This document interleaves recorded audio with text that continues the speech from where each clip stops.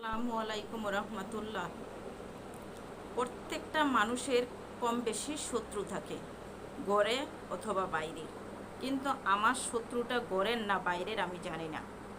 মাঝে মধ্যে দেখা গেছে যে আমার সিঁড়িতে মরিচ পুড়ে রেখে যায়। এমনকি মাঝে মধ্যে আমার বিছানার মধ্যে পচা মাংস পাওয়া যায়, যার জন্য তখন আমি আমার বিছানার চাদর সহ আমি পুড়িয়ে ফেলেছি। কিন্তু আজ সকালে আমি আমার ছাদে গিয়ে এই নকশাওয়ালা লেখাগুলি পাই। আসলে এই নকশাওয়ালা লেখাগুলি যে কি তাও আমি বুঝতে পারছি না। তবে একটা কবজের মতো ছিল। সেই কবজটা খুলে মানে সুতা দিয়ে পেঁচিয়ে পেঁচিয়ে দেখেন এইখানে ক্ষয় হয়ে গেছে। এইখানে সুতা দিয়ে পেঁচানো ছিল পুরো কবজটা। তবে আমার ধারণা এটা হয়তো কোনো রকম কুকুরি কালাম হবে, যা দিয়ে মানুষকে জাদুটোনা করা হয় এবং মেরে ফেলা হয়। কিন্তু আসলে আমার যে কে শত্রু এই কাজ করেছে আমি জানি না।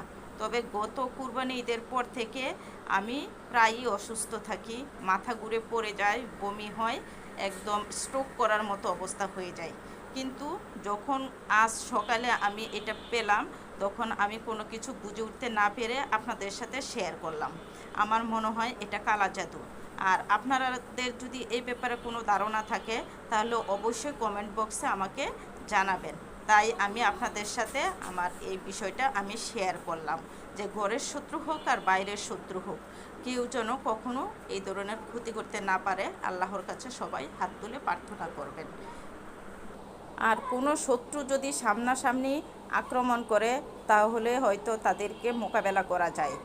আর যদি কখনো কোনো শত্রু পিছন থেকে গোপনভাবে হামলা করে বা এই গোপনীয়ভাবে এই কালো জাদু করে মানুষকে মেরে ফেলতে চায়, এটার কোনো প্রতিকার করার কোনো উপায় খুঁজে পাচ্ছি না। কিন্তু এই গোপন শত্রুদের যেন আল্লাহ বিচার করে, এটা সবার কাছে আমার একটা অনুরোধ। আপনারাও দোয়া করবেন যেন কারো এরকম গোপন শত্রু না থাকে। সামনে থেকে যদি কূপ দেয় তাহলেও সেটা বাধা দেওয়া যায়, পিছন থেকে যদি লাঠি দেয় তাহলে সেটা আটকানো যায়, থানা পুলিশ করা যায়। কিন্তু এই গোপন শত্রুদের জন্য কি করব, তার তো কোনো কিছুই খুঁজে পাই না। এখন সবার কাছে একটাই আকুল আবেদন, সবাই, আমার বিশ্বাস এটা কালো জাদু এবং কুফুরি কালাম। কিন্তু এটা কে বা কারা আমার ছাদে ফেললো তারও কোনো উপায় খুঁজে পাচ্ছি না।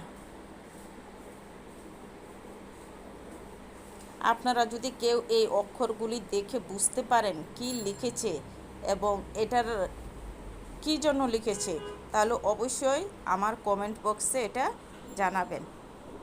আসলে আমি বাঁচতে চাই, মরতে চাই না। কেউ আসলে এত সহজে মরতে চায় না।